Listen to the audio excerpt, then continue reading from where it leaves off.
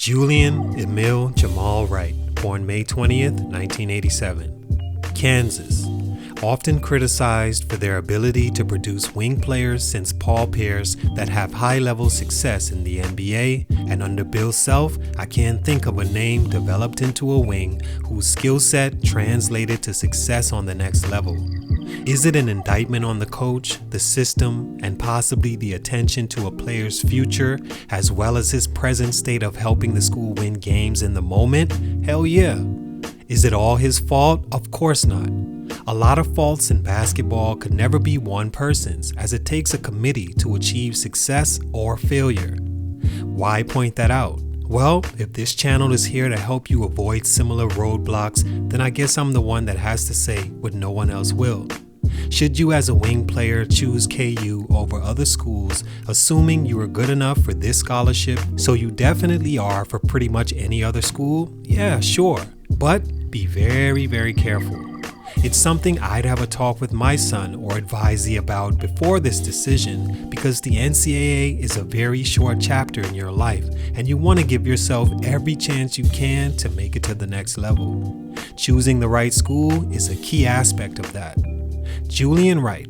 I guess I said all that because it was a huge reason he lasted just 4 years in the NBA when he was a high school and college All-American, leading to a 13th overall pick by a team in the New Orleans Hornets who could have used what he potentially could have been had he been developed in preparation for the next level. He had the pedigree, the size, athleticism, motor, and most importantly, opportunity at one point to go further than he did. Here are 3 reasons Julian Wright's growth was stunted at just 23 years old. Salute to cherry picking cards for this request. It's your boy JC Stunted Growth. Let's get it, man. Julian Wright is a 6'8", high-motored, ultra-athletic forward from Chicago, Illinois that was one of my favorite players to watch in the open floor of the early 2000s. People use the word motor relating to a player, and this guy was the epitome of that. It's the main reason, in my opinion, what got him to the league in the first place. It seemed he just never stopped running, and he'd take off so fast for a tomahawk slam that was simply a work of art with his signature long socks and wiry frame. In high school, he was rated the number 8 prospect by his senior year and was a McDonald's All-American and Mr. Basketball for the state of Illinois. Quick reminder, if you want exclusive content like workout videos, ad-free features before they release here, and more, head over to the Patreon page now and become a supporter of pushing these stories and efforts to help any young hooper not have their growth stunted. It's something I wish I had, but didn't, so it's my offering to you. Appreciate you guys. Please drop a like and comment on this video, and let me know who I should do next. Enjoy the video.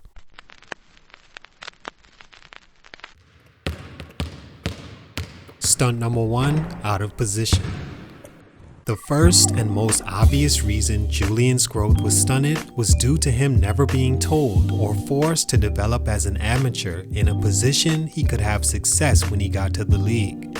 With all the athleticism, motor, and achievements he had, he wasn't getting any taller, so someone should have sat him down and formulate a development plan for him to transfer seamlessly to the pros. It's part of why coaching was brought up earlier. If I'm a coach, which I'm not, and a guy like Bill Self is probably a lot smarter and has seen way more basketball than me, but the one thing I am well equipped at is attention to where I see you playing at the highest level. You have to think that way if you truly care about a player and convince he and his family that the best thing for his career is to be in your hands now and after you let him fly on his own. Pushing a baby bird out the nest and telling him to go catch a salmon is the surest way he'll become food in that environment, or at the very least goes hungry. Wright chose Kansas over Arizona, DePaul, and hometown Illinois, came in and immediately asked to play power forward. Something not too far-fetched, seeing as in high school he played the position along with ones like shooting guard and small forward. Him being asked to ever have his back to the basket with his height and frame full time was an easy recipe for a short NBA career, seeing as at 6'8", without ball handling, adequate shooting, and wing playmaking ability, he should have been told it would be tough for him to stick on teams where sometimes the point guard is 6'8", even 6'9". He wasn't told or put on a plan to change and prepare his game correctly, and when he got to the NBA, it was obvious outside of the fast break dunks, he'd struggle being able to compete at that spot. As a freshman, behind the forwards and even wings they had that included 4 future NBA players, he averaged 8 points and 4 rebounds in 20 minutes, barely took a 3, and more turnovers than assists. As a sophomore, with now 6 other future NBA players on the roster, he improved his scoring to 12 points a game as a full-time starter in now 27 minutes a game. But skills like making plays for himself or teammates were still an issue, as he once again averaged more turnovers than assists, shot poorly from the foul and three-point lines before he decided to enter the NBA draft as is, without the much-needed development at the wing he drastically need. Stunt number 2, too soon. Which begs the question, did Julian Wright leave for the NBA too soon? Yes and no, but leaned more towards probably. I would say no, he didn't leave too soon because he was still able to be drafted as a lottery pick, which guarantees a certain salary, and also that he'd have at least a 4-year shot at sticking with the team.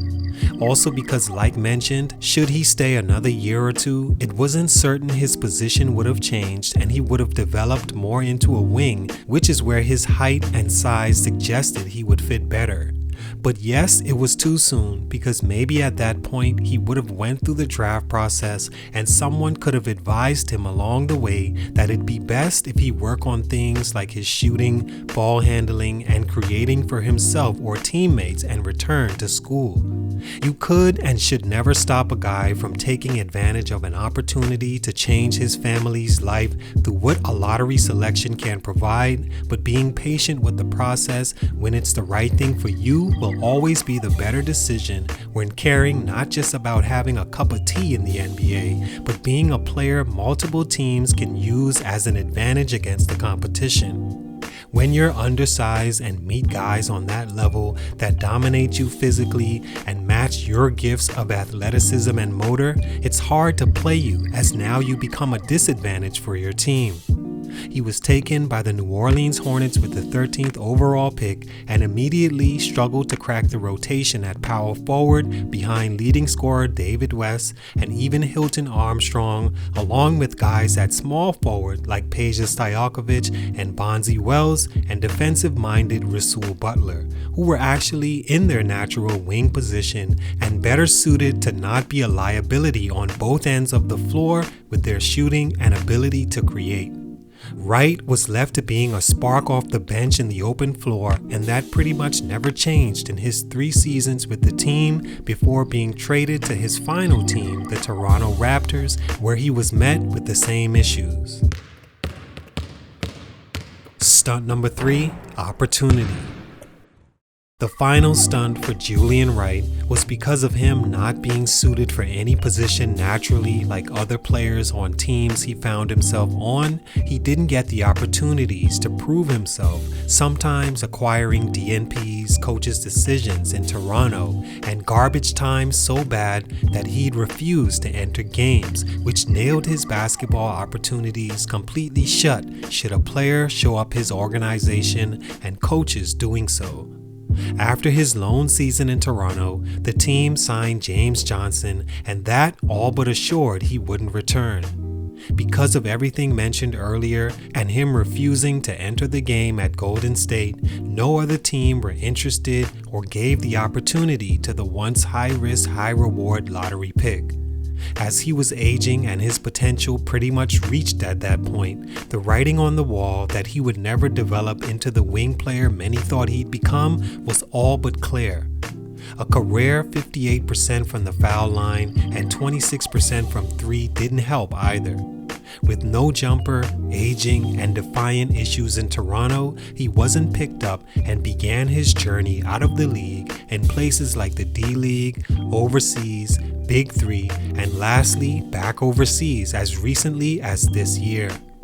All in all, Wright's story is an example of a player that wasn't done justice in the guidance department because while everyone gawked at his athleticism and upside, no one, along with himself, tried to break his habits of how he prepared and which position he prepared for that had him lost in the sauce in the NBA. He still had a nice journey where he got to play a game for a living, but had these adjustments been made earlier, he wouldn't have been out of the league at just 23 years old. Salute to him, much respect, but for these reasons, his growth was stunted. It's your boy JC, Stunted Growth, and I'm out.